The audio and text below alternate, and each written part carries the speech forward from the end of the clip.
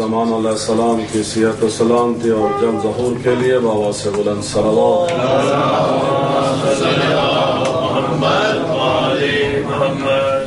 افوض امری اللہ ان اللہ بصیر بالعباد استغفر اللہ واسألہ التوبہ لا حول ولا قوة الا باللہ العلی العظیم اعوذ باللہ من الشیطان الرجیم بسم اللہ الرحمن الرحیم الحمد لله كما هو أحلى الحمد لله رب العالمين الصلاة والسلام على أشرف الأنبياء والمرسلين أبي القاسم محمد اللهم صل على محمد وعلى آله الطيبين الطاهرين المعصومين سيما بقية الله في العالمين ولعنة الله على أعدائهم أجمعين من الآن إلى قيام يوم الدين قال الحكيم في كتاب المجيد والفرقان الحميد بسم الله الرحمن الرحيم بقية الله خير لكم إن كنتم مؤمنين وما أنا عليكم بحفيظ صلوات اللهم صل على محمد وآل محمد ذات پروردگار نے سورہ ملک کے اندر ہم سب کی زندگی کا ہدف بڑے واضح انداز میں بتا دیا ہے۔ سورہ ملک 29واں پارہ جہاں شروع ہوتا ہے، یہ وہ سورہ ہے کہ جو شخص ہر روز خصوصاً نماز مغرب کے بعد پڑھتا رہے تو عذاب قبر سے، فشار قبر سے، قبر کی سختیوں سے، عالم برزخ کی سختیوں سے یہ سورہ مدد کرتی ہے، محفوظ رکھتی ہے۔ اس سورہ کی دوسری آیہ میں پروردگار فرماتے ہیں الذی خلق الموت والحیات لیبلوکم ایکم احسن عملا، اللہ نے زندگی کو اور موت کو اس لیے خلق کیا ہے، ظاہر پہلے زندگی دیتا ہے اور پھر موت آتی ہے، تو اللہ نے زندگی اور موت کو اس لیے خلق کیا ہے کہ اللہ تمہیں پرکھے، تمہیں آزمائے، تمہیں دیکھے کہ تم میں سے کون ہے جو احسن عمل، نیکی کا کام، واجبات کو ادا کرتے ہیں اور حرام سے بچتے ہیں۔ تو یہ ذات پروردگار نے یہ زندگی جو ہمیں عطا کی ہے، یہ ہمارا امتحان ہے۔ We are sitting in examination. We are being tested. So this life, holy solely, this is trial or this is test for us. Whatever we are doing, that is being recorded. And that will be presented to us, part of that in the grave, and the whole book of our rituals, our deeds, that will be given to us at the day of judgment. Those will be lucky who will get their book in right hand, and those who will get their book in left hand, so they will be unlucky, or they should prepare themselves to go into the hellfire. Salawat padhi. Allahumma salli ala تو یہ بچے اگر parents اپنے ساتھ بٹھائیں اور یہ 8-10 بچے اکٹھے نہ بیٹھے تو بہتر ہوتا ہے تاکہ وہ بھی کچھ سن سکے۔ Please can you move forward and don't sit together. صلوات پلیز۔ اللہم صلی علی محمد وآل محمد۔ We have here one discipline and one quote when we are doing majlis, then everybody should listen and nobody is allowed to talk, okay? And if you will listen, then you will get present by Allah subhanahu wa ta'ala. Allahumma salli ala Muhammad wa ali Muhammad. And other thing is, if whatever is happening here, any speech, you will listen, and if you will discuss with your parents afterward, then your present will be maybe 2, maybe 10. So always be attentive, listen here and exchange with your views, your thoughts, your knowledge with your parents. So that next time they should listen and you should listen. Allah subhanahu wa ta'ala has made us and given us life and death to test us. So altogether our life, we are sitting in examination room. We are being tested. And all of our movements, thinking, writing, reading, talking, everything is being recorded. So we need to prepare ourselves. Whenever anybody is having exam, so he or she is preparing himself or herself, and usually we are depressed, or we are cautious, or we are anxious. What will happen in the exam?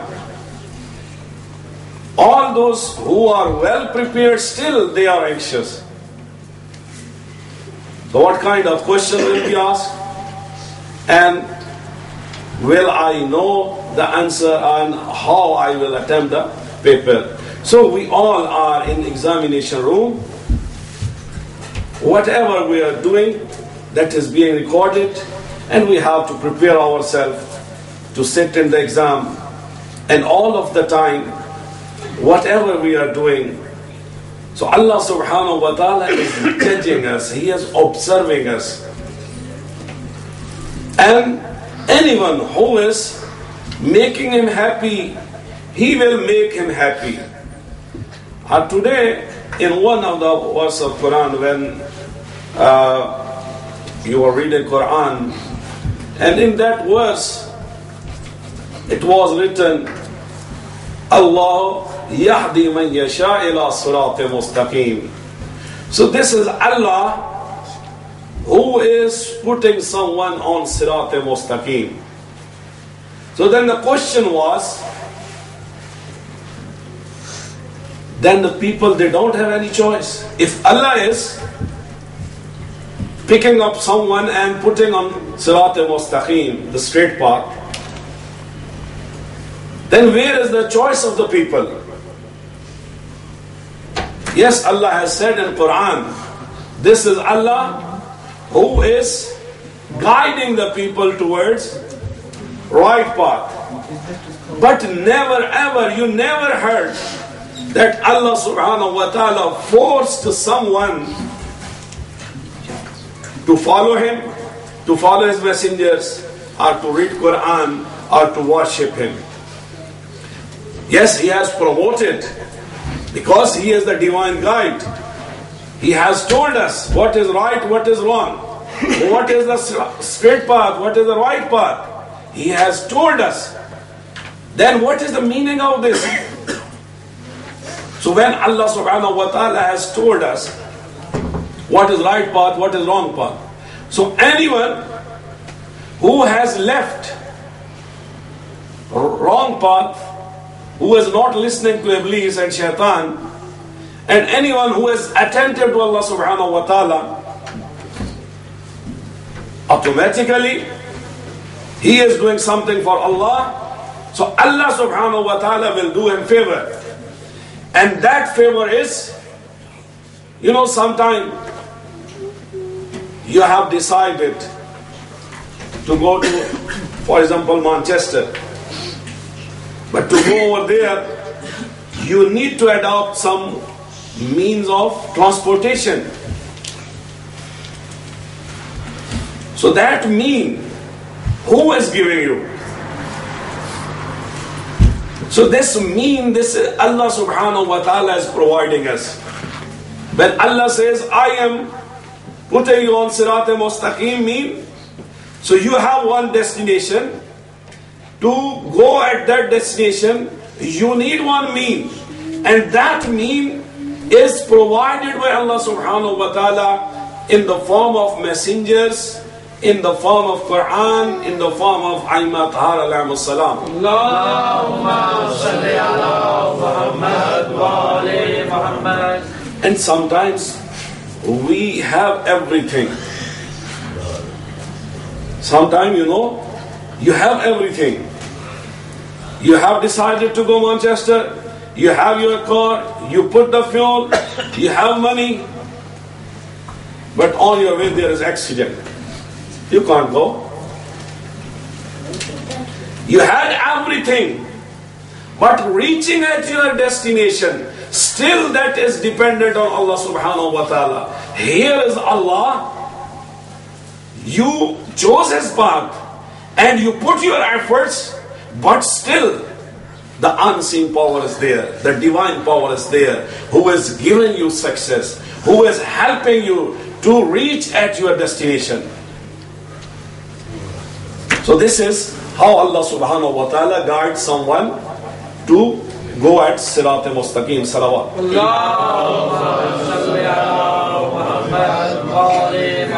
ابھی قرآن میں پڑھ رہا تھا سورہ مائدہ کی آیت number 115. یہ بھی اس چیز کو ہیلپ کرے گی. حضرت عیسیٰ علیہ السلام نے دعا کی پروردگار ہمارے لیے آسمانی غذا بھیج, یا آسمان سے کھانا بھیج, یا بہشت کے کھانے بھیج. تو آگے اللہ سبحانہ و تعالیٰ کا جواب بہت غور طلب ہے.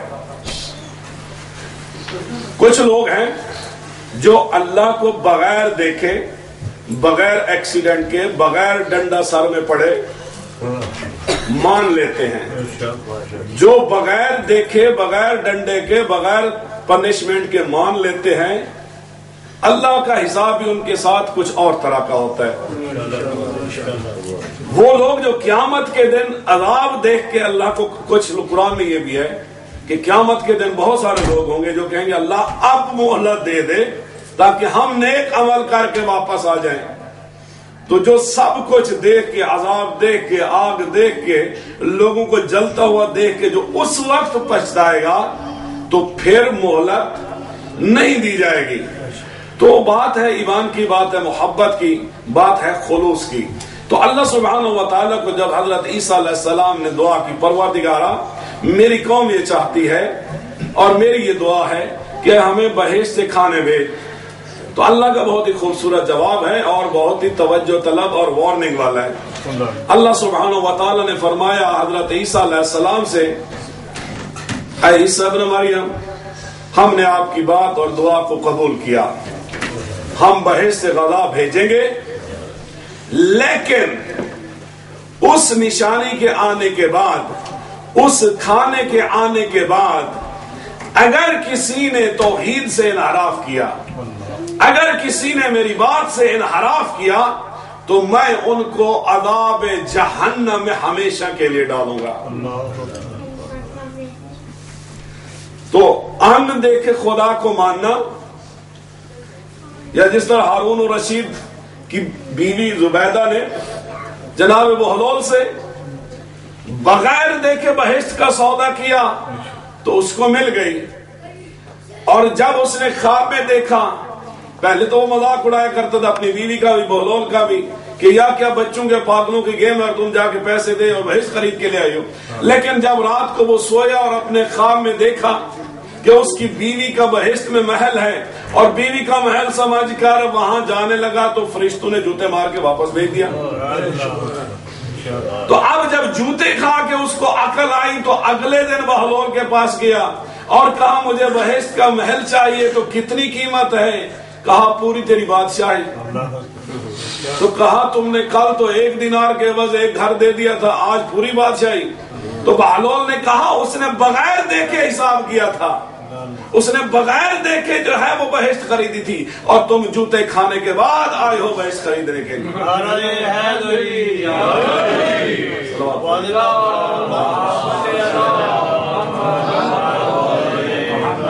تو ہم مومنوں کے لیے جو ضروری ہے وہ سورہ بقرہ میں جو ایک بہت امپورٹنٹ فیکٹر ہے ہمارے لیے مومن ہونے کے لیے, الذین یؤمنون بالغیب.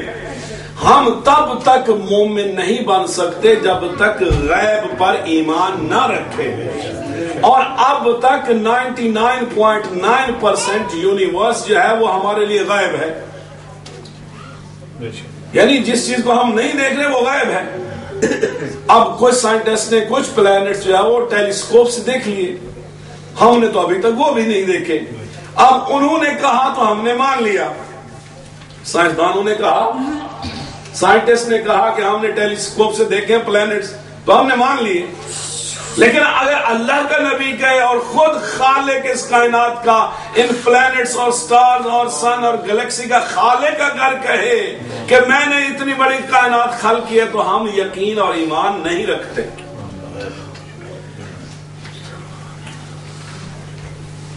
تو بہرحال ہمارے ایمان کے لیے ضروری ہے کہ ہم غیب پر ایمان رکھیں۔ اسی طرح جو ہے وہ موت کے بعد کیا ہونا ہے، ہوتا بہت کچھ ہے، اللہ نے بتایا، اللہ کے رسول نے بتایا، قرآن بتا رہے، لیکن ہمیں بھی ابھی تک یقین نہیں آتا۔ اگر یقین ہوتا، ایمان ہوتا، تو ہمارے اعمال کی، ہماری رفتار کی، گفتار کی، کردار کی، ہماری عبادات کا کچھ اور انداز ہوتا۔ ہم اللہ کی بات کیوں نہیں مانتے؟ ائمہ اطہار کی، رسول اللہ کی، قرآن کی بات کیوں نہیں مانتے؟ اس لیے کہ ہمیں ایمان نہیں ہے۔ اگر ایمان ہوتا تو آج ہمارا کردار ڈیفرنٹ ہوتا، لیکن اس کے علاوہ کوئی گزارا بھی نہیں ہے۔ وہ بہت کم لوگ ہیں سائنٹسٹ جنہوں نے ٹیلیسکوپ کے ذریعے پلانٹس دیکھے ہیں۔ اسی طرح بہت کم لوگ ہیں مومنین میں سے جو زندگی کے اندر عالم برزخ کی سیر کرتے ہیں، جو زندگی کے اندر جو ہے وہ قیامت اور قیامت میں ہونے والے حساب و کتاب اور جہنم میں جانے والوں کو دیکھتے ہیں، بہت کم ہوتے ہیں۔ لہذا اگر ہم سائنٹسٹ کی بات پر یقین کر سکتے ہیں تو ہمیں علماء کی، قرآن کی، احادیث کی، اللہ کی باتوں پر بھی یقین کرنا چاہیے۔ اور بہت دور نہیں ہے کہ یہی ہماری سائنس اور ٹیکنالوجی ان سب چیزوں کو ہمیں دکھا دے گی۔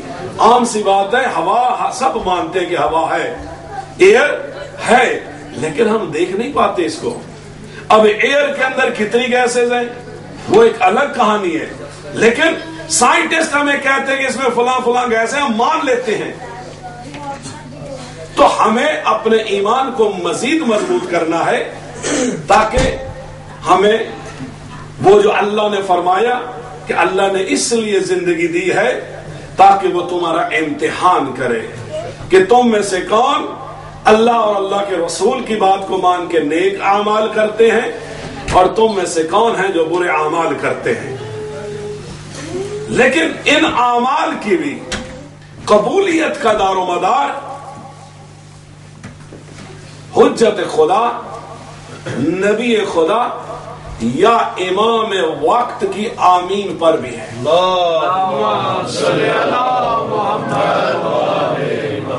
تو قرآن پاک میں پروردگار نے فرمایا بقیت اللہ خیر اللہ، بقیت اللہ، اللہ کی باقیات، اللہ کی نشانی۔ اور یہ ہمارے 12ویں امام، وقت کے امام، امام زمان علیہ السلام کا لقب ہے، بقیت اللہ۔ بقیت اللہ خیر لکم ان کنتم مومنین۔ امام زمانہ علیہ السلام ہر اس بندے کے لیے خیر ہیں، اللہ کا نور ہے، صراط مستقیم ہے، ہدایت کا راستہ ہے، اللہ کی رسی ہے، ہر اس بندے کے لیے جو مومن ہے۔ امام پوٹینشلی وہ سب کے امام ہیں، ہر آدمی کو ان کو اپنا امام ماننا چاہیے، ہر آدمی کو ان کی بیعت کرنی چاہیے اور ان کی اطاعت کرنی چاہیے۔ لیکن امام کے نور سے، ہدایت سے، وہ جو صراط مستقیم پر لے جانے والا وسیلہ ہے اللہ کے حکم سے، وہ امام زمان علیہ السلام ہے۔ لیکن امام زمان علیہ السلام یہ والی خیر صرف ان کو پہنچاتے ہیں جو مومن ہوتے ہیں۔ اب جو غیب پر ایمان ہی نہ رکھتا ہو وہ کہاں کا مومن ہے؟ جو عالم برزخ میں جو کچھ سوال و جواب ہوتا ہے وہ اس پر یقین نہ رکھتا ہو، جو قیامت پر اور قیامت کے سوال و جواب اور حساب و کتاب پر یقین نہ رکھتا ہو، حتیٰ کہ جو امام زمان علیہ السلام جو غیبت میں ہیں ان پر یقین نہ رکھتا ہو، تو وہ شخص مومن کی نشانی یہ ہے کہ وہ غیب پر بھی ایمان رکھتا ہے، اور تب جا کے اس کا ایمان کامل ہوتا ہے۔ جب ایمان کامل ہوتا ہے تو امام زمان علیہ السلام جو اللہ کی نشانی ہے، جو حجت خدا ہیں، وہ خیر بن جاتے ہیں، وہ وسیلہ بن جاتے ہیں، وہ اللہ کی رسی بن جاتے ہیں، وہ مصباح الہدی بن جاتے ہیں، وہ سفینۃ النجات بن جاتے ہیں، اور پھر وہ ہمارا ہاتھ تھام کے ہمیں صراط مستقیم پر ڈال دیں۔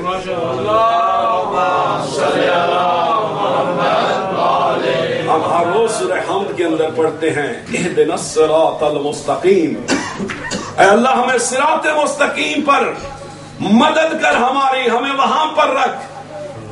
لیکن یہ صراط مستقیم کن کا راستہ ہے؟ صراط مستقیم کن کا راستہ ہے؟ صراط الذین انعمت علیہم، یہ صراط مستقیم ان کا راستہ ہے، یہ روڈ ان کا روڈ ہے۔ ظاہر ہے ہر روڈ پہ عام طور پہ تو اب جب نئے روڈ بنتے ہیں، موٹر ویز بنتے ہیں، تو آپ پیسے دے کے جانے پڑتے ہیں، پیسے نہیں دیں گے، پرمیشن نہیں لیں گے، ٹکٹ نہیں لیں گے تو نہیں جا سکتے۔ تو تمام موٹر ویز جو صراط مستقیم کہلاتی ہیں، وہاں پہ چیک پوسٹ ہے محمد والے محمد کی۔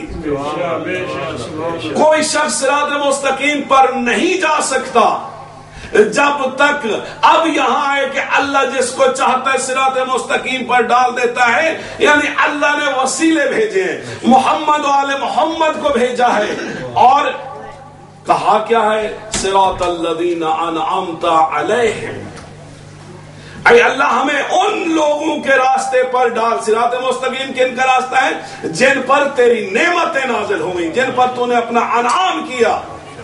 اور انعام کون سا انعام کیا؟ نعمتیں کن پر نازل کی، اور نعمت کس کو کہا؟ تو غدیر کے دن کہ جب اللہ کے رسول کو حکم ہوا یا ایھا الرسول بلغ ما انزل الیک، اے رسول جو معراج کی رات تجھے ابلاغ کیا گیا تھا کہ اپنا جانشین اور وسیع اور بھائی اور امام اور سکسیسر علی ابن ابی طالب کو بنانا ہے، تو جب رسول اللہ نے اس کا اعلان کیا تو اس وقت قرآن کی آخری آیت نازل ہوئی، الیوم اکملت لکم دینکم واتممت علیکم نعمتی۔ وہ دین جس دن ولایت کا، امامت کا اعلان ہوا، وہی دن تھا جب دین اسلام کامل ہوا، وہی دن تھا جب اللہ بتا رہا تھا کہ امامت اور ولایت اور علی جیسی کوئی بڑی نعمت نہیں ہو سکتی۔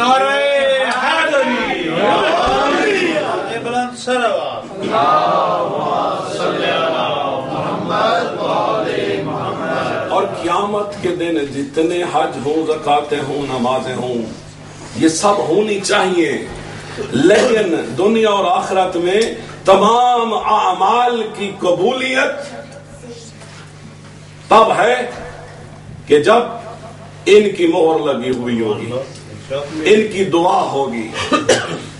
لیکن ان کی دعا، امام علیہ السلام کی دعا ہمیں کب ملے گی؟ مثلا گھر کی بات ہے، ایک بندے کے 4 بچے ہوں، 2 ان میں سے اچھے ہوں، ماں باپ کی خدمت کرتے ہوں، اور 2 ایسے ہوں کہ جو گالیاں دیتے ہوں نعوذ باللہ، یا مارتے ہوں یا پرواہ نہ کرتے ہوں، تو ماں باپ کس کو دعا دیں گے؟ بولیے، جو اچھے بچے ہوں گے، جو ماں باپ کو خوش رکھیں گے، دعا بھی والدین ہیں، اپنی اولاد ہے، 4 بچوں پر انہوں نے محنت کی، اپنا وقت دیا، اپنے ریسورسز دیے، سب کچھ کیا، تمنا تھی، دعائیں کرتے تھے پروردگار ان کو نیک بنانا، مومن بنانا، ان کو اپنے راستے پر صراط مستقیم پر رکھنا، ان کو کائنات کا بہترین انسان بنانا، دعائیں بھی کرتے رہے۔ لیکن ایک سٹیج ایسی آتی ہے کہ وہی والدین جو اپنی اولاد کے ویل وشر تھے، خیر خواہ تھے، محسن تھے، ایک وقت ایسا آتا ہے وہی والدین بد دعا کرنا شروع کر دیتے ہیں۔ ایک منزل ایسی بھی آتی ہے آگ کر دیتے ہیں۔ تو اگر گھر کی بات ہے، دیکھی ہوئی آبزرویشن کی بات ہے، اگر گھر میں ایسا ہو سکتا ہے تو وہ لوگ، کیونکہ ہمارے ہر روز کے اعمال امام زمان علیہ السلام کو پیش کیے جاتے ہیں۔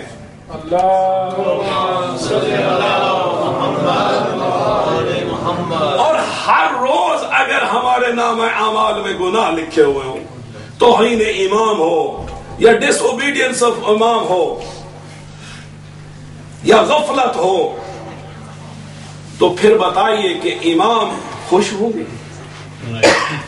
ہمیں ہر روز دیکھنا چاہیے کہ ہم نے پورے دن رات 24 گھنٹے میں کیا کیا ہے جس نے ہمارے امام کو راضی کیا ہوا ہوگا، اور کیا کیا ہے جس سے امام ناراضی ہوں گے، جس میں غصے میں ہوں گے، یا ان کو غمگین کر دیا ہوگا، یا ان کا دل دکھا ہوگا۔ اگر وہ ماں باپ جو محسن ہیں، جو ویل وشر ہیں، اگر وہ ناراض ہو سکتے ہیں، بد دعا کر سکتے ہیں، ممکن ہے امام بد دعا نہ کرے، لیکن یہ عین ممکن ہے کہ جس امام کی دعا کے بغیر، شفاعت کے بغیر ہمارا کوئی عمل قبول نہیں ہوگا، یہ عین ممکن ہے ہمارے گناہ، ہماری بدتمیزیاں، ہماری امام کی انسلٹ، ہماری غفلت، عین ممکن ہے کہ امام ہمارے لیے دعا نہ کرے، ہمیں صراط مستقیم پر پکڑ کے نہ لے آئیں، عین ممکن ہے یہ ہو۔ اور جس کو امام چھوڑ دیتے ہیں اس کو خدا چھوڑ دیتے ہیں۔ تو ہمیں وہ کام کرنے چاہیے، ہر روز کرنے چاہیے، جس سے خدا، خدا کا رسول اور خدا کی آخری حجت بقیت اللہ، ہر وہ خیر کرنی چاہیے، نیک عمل کرنا چاہیے، اور ہر برے کام سے بچنا چاہیے جو امام کو غمگین کرے، جو امام کو دل برداشتہ کرے، یا امام کو ہم سے دور کر دے۔ ایسا نہیں ہوتا کہ امام ہم سے دور ہو جاتے، اس لیے کہ جس طرح اللہ ہر جگہ پہ دیکھ رہا ہے، ہر کسی کو دیکھ رہا ہے، اسی طرح امام کی بھی نظر ہے۔ امام اور ہم دور نہیں ہوتے، لیکن وہ جو نظر محبت ہے، وہ جو دل کے اندر ایک محبت کا جذبہ ہوتا ہے، وہ ختم ہو جاتا ہے۔ وہی اولاد گھر میں ہوتی ہے، وہی ماں باپ ہوتے ہیں، ایک اولاد کو پیار کی نگاہ سے دیکھتے ہیں، دوسری اولاد کو نفرت کی نگاہ سے دیکھتے ہیں۔ ہمیں تو وہ پیار بھری نظریں چاہیے امام کی، ہمیں تو وہ محبت بھرے جذبات چاہیے امام کے، ہمیں تو امام کی وہ ٹوٹی ہوئی دعا چاہیے کہ جو آمین کہہ رہی ہو، جو دعا کر رہی ہو، اے اللہ یہ دیکھ، یہ میرے حسین سے، میرے جد سے محبت کرنے والے میرے شیعہ ہیں، اے اللہ دیکھ یہ آج واجبات کو ادا کرتے ہیں، یہ 5 وقت کی نماز پڑھتے ہیں، یہ حج ادا کرتے ہیں، یہ خمس ادا کرتے ہیں، یہ ہمارا مال کھا کے اپنی پیٹوں کے اندر آتش جہنم نہیں ڈالتے۔ امام زمانہ علیہ السلام فرماتے ہیں جس نے تم اپنا کسی دوسرے شخص کا مال نہیں کھاتے تو کس طرح بڑی آسانی سے تم لوگ ہمارا مال کھا جاتے ہو۔ وہ لوگ جو خمس ادا نہیں کرتے، امام علیہ السلام فرماتے ہیں کہ اللہ تمام ملائکہ اور تمام انسانوں کی لعنت اس شخص پر جس نے ہمارے مال میں سے 1 دینار بھی کھایا۔ دوسرے حدیث میں فرماتے ہیں وہ لوگ جو خمس کا مال کھاتے ہیں وہ جہنم کی آگ اپنے شکم میں ڈالتے ہیں۔ اور تیسری میں فرماتے ہیں وہ لوگ جو خمس ادا نہیں کرتے وہ حرام کھاتے ہیں، اور حرام کا کیا اثر ہوتا ہے۔ ایک عالم بھی تھے اور شاعر بھی تھے، اور اتنا ان کو امام سے عشق تھا اور اتنا مخلص بندے تھے، سید طاہر ان کا نام ہے، کہ 40 مرتبہ امام زمان علیہ السلام نے ان کو خواب میں زیارت کرائی، یعنی اتنی عظیم ہستی تھی۔ اور پھر ایک موقع ایسا آیا کہ امام علیہ السلام 1 ہفتہ، 1 مہینہ، 2 مہینے، 6 مہینے، 1 سال گزر گیا، امام علیہ السلام کی زیارت نہیں ہو رہی تھی۔ اور جب 1 ہفتہ گزرا تو اس کو بھی پریشانی ہوئی کہ مولا زیارت کیوں نہیں کرا رہے، تو مسلسل اس نے آہو بکا گریہ شروع کیا، جو کر سکتا تھا دعا، زیارت، عبادت کرتا رہا۔ اور 1 سال کی ریاضت اور عبادت کے بعد، گریہ وزاری کے بعد، جب امام زمان علیہ السلام کی اسے زیارت نصیب ہوئی تو سید طاہر رو کے کہتے ہیں مولا آپ کو تو معلوم ہے کہ میں 1 ہفتہ بھی آپ کی زیارت کے بغیر زندہ نہیں رہ سکتا، تو آپ نے 1 سال تک اپنی زیارت نہیں کرائی، مجھے تو نہیں معلوم تھا آپ کہاں ہیں۔ لیکن آپ کو تو معلوم تھا میری کیا کیفیت ہے. امام علیہ السلام نے فرمایا 1 سال پہلے تم فلاں شخص کے گھر گئے تھے اور وہاں پہ تم نے حرام کھانا حرام غذا کھائی تھی. اس غذا کا جو تیرے اوپر اثر، تیری روح پر اثر ہوا تھا، اس کی وجہ سے تیرے اور میرے درمیان بیریئر اور حجاب آ گئے تھے. اس حرام غذا کے اثر کی وجہ سے 1 سال تک تم مجھ سے دور ہو گئے. اب اگر 1 دن کا کھانا اور وہ بھی حرام کا کھانا اگر اتنا ہمیں امام سے دور کر دیتا ہے تو ہم نے کتنے سال خمس ادا نہیں کیا، کتنا ہماری زندگی کے حلال اور حرام رچا بسا ہوا ہے. اور ایسا نہیں ہے کہ جو لوگ خمس دیتے ہیں وہ غریب ہو جاتے ہیں، بلکہ دنیا اور آخرت کے امیر ترین وہ لوگ وہی ہوتے ہیں کہ جو اللہ کے واجبات دیتے ہیں اور اللہ ان کو اور زیادہ غنی کر دیتا ہے. تو اس لیے ایسا کوئی کام ہمیں نہیں کرنا چاہیے چاہے عبادت میں سستی کے حوالے سے ہو. اسی طرح امام علیہ السلام ایک اور موقع پر فرماتے ہیں کہ لعنت اللہ کی اور تمام مخلوق کی اس شخص پر کہ جو مغرب کی نماز اس وقت پڑھے جب رات کے ستارے نکل آئیں اور صبح کی نماز اس وقت پڑھے جب سورج نکلنے والا اور ستارے ڈوب جائیں. یعنی کیا ہے کہ اول وقت پہ ہمیں نماز ادا کرنی چاہیے. اور جو شخص باقاعدگی سے اول وقت پر نماز پڑھے امام علیہ السلام کی دعا اس کے شامل حال ہوتی ہے. بہرحال ہمارے ساتھی، ہمارے رشتہ دار، ہمارے بڑے چھوٹے ہم سے جدا ہو رہے ہیں، تو جہاں ان کے لیے مجالس یہ قرآن خوانی ہے ہمیں مرحومین کے لیے کرنا چاہیے اور بہت فائدہ ہوتا ہے. انشاءاللہ کبھی گفتگو کریں گے کہ ہمارے نیک اعمال کا عالم برزخ میں کتنا فائدہ ہوتا ہے ان کو. وہاں ہمارے اپنے لیے بھی جو ہے یہ چیزیں تربیت کا مرحلہ ہونے چاہیے. اسی لیے کہا کہ ہفتے میں 1 مرتبہ کم از کم قبرستان جاؤ تاکہ معلوم ہو سکے ہماری منزل کیا ہے، ہم سب نے وہاں آنا ہے.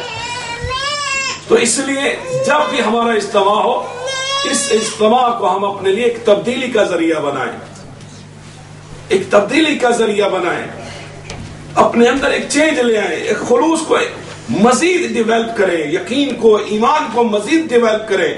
اگر 10 سال پہلے 20 سال پہلے ہم وہی کام کرتے تھے اور آج بھی وہی کام کرتے ہیں تو پھر ہم نیگیٹو ایمان میں جا رہے ہیں، ہمیں کچھ بھی ڈیویلپمنٹ نہیں کی ہے. ہمیں اینالائز کرنا چاہیے. ماہ مبارک رمضان آنے والا ہے، ہمیں دیکھنا چاہیے کون کون سے گناہ میں کرتا ہوں، کون کون سی خامیاں میرے اندر ہیں. اس ماہ مبارک رمضان میں جو کہ خود سازی کا، سیلف ڈیولپمنٹ کا مہینہ ہے، اس میں یہ اپنے اندر تبدیلیاں لے آؤں گا، ظاہر میں، باطن میں، عبادت میں، علم میں، حلم میں، تقوی میں، ایمان میں، ایمان کے حوالے سے، رشتے میں، ہر چیز کے حوالے سے ہمیں آگے بڑھنا ہے. اگر ہم یہیں رکے رہے تو وہ وقت بہت قریب ہے کہ جب ملک الموت ہمارے سامنے ہوگا. اور ملک الموت کچھ لوگوں کے لیے بہت خوبصورت شکل میں اور بڑے سکون اور آرام کے ساتھ روح قبض کرتا ہے، اور کچھ لوگوں کے لیے بہت ہی خوفناک اور ہاربل شکل بنا کے آتا ہے. اور پھر وہ روح جب قبض ہوتی ہے تو اتنا عذاب اور اتنی تکلیف ہوتی ہے کہ اگر دنیا والے جان لیتے اور دیکھ لیتے تو شاید سب مر جاتے. تو اس لیے ہمیں اپنے آپ کو تیار کرنا ہے. اور پھر امام علیہ السلام کی یہ سنت کے 1150 سال سے مولا اپنے جد پر صبح شام روتے ہیں. آئیے مظلوم حسین کو سلام کریں، کیونکہ وہی ہمارے محسن بھی ہیں، امام بھی ہیں، ہادی بھی ہیں، شفیع بھی ہیں. انہی کی محبت ہمارا سرمایہ زندگی ہے. اپنے آپ کو لے چلیے ایک لمحے کے لیے کربلا اور اس تڑپتے ہوئے امام کو جن کا نازنین گلا ملعون شمر اپنے کل خنجر سے کاٹ رہا تھا، اور مولا کی بہن زینب کبریٰ اور بیٹی سکینہ اور دوسری بیویاں دیکھ رہی تھی. خدا ایسا منظر کسی بیٹی کو، کسی اولاد کو، کسی بہن کو نہ دکھائے. لیکن ہائے مظلوم حسین، تیری مصیبت بہت عظیم مصیبت ہے.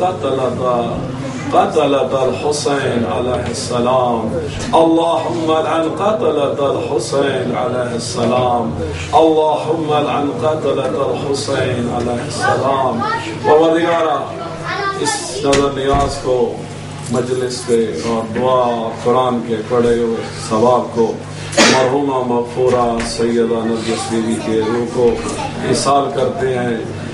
امام زمان علیہ السلام کی وسیلہ سے پروردگار ان کو بخش دے، ان کی قبر کو منور فرما، ان کی قبر میں حساب و کتاب کو آسان فرما، ان کا وادی السلام تک سفر آسان فرما۔ پروردگار بہشت کے دروازے ان کی قبر میں کھول دے، ان کے لواحقین کو صبر کی توفیق عطا فرما، تمام حاضرین کے صغیر و کبیرہ گناہ معاف فرما، ہم سب کے مرحومین کو بخش دے، حضرت حجت امام زمان علیہ السلام کا جلد ظہور فرما۔ جن مومنین نے اس مجلس کا نظر و نیاز کا اہتمام کیا، پروردگار ان کے رزق و روزی میں اضافہ فرما، ان کی مشکلات کو حل فرما۔ پروردگار ہم سب کو خاتمہ ایمان پر فرمانا، پروردگار ہمیں ویسا بنا دے جیسا تو چاہتا ہے۔ اللہم صلی علی محمد وعلی محمد۔ ایک مرتبہ سورہ فاتحہ مرحومہ کے سال ثواب کے لیے ابھی نیاز ہوگی اور اس کے بعد انشاءاللہ 9:30 بجے نماز ہوگی۔ ماہ مبارک رمضان کی افطار کی لسٹ بھی وہاں پر لگی ہوئی ہے۔ ہر دن جو پہلا نام لکھا ہوا ہے وہ مین سپانسر ہیں۔ اس دفعہ کوشش کی ہے کہ 2-3 نام لکھ دیے جائیں تاکہ یہ ایک اچھا نیکی کا کلچر ہے، پروموٹ کریں زیادہ سے زیادہ لوگوں کا۔ اور کچھ لوگ جن کے نام ابھی تک نہیں لکھے ہو، کہیں بھی وہ کسی دن لکھنا چاہتے ہیں تو پلیز لکھ دیں اور اپنا نام دیکھ لیں کہ کہاں پہ لگا ہوا ہے۔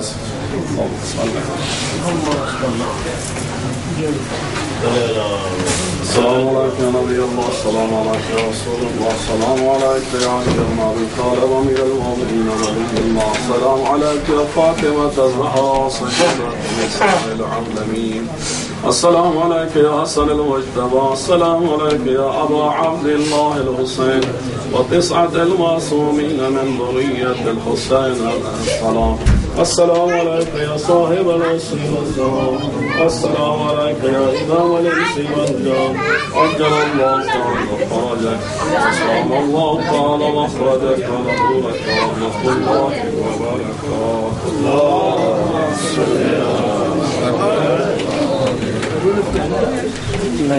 بند کر دو، حکومت نہیں مجھے نہیں آتا یہ۔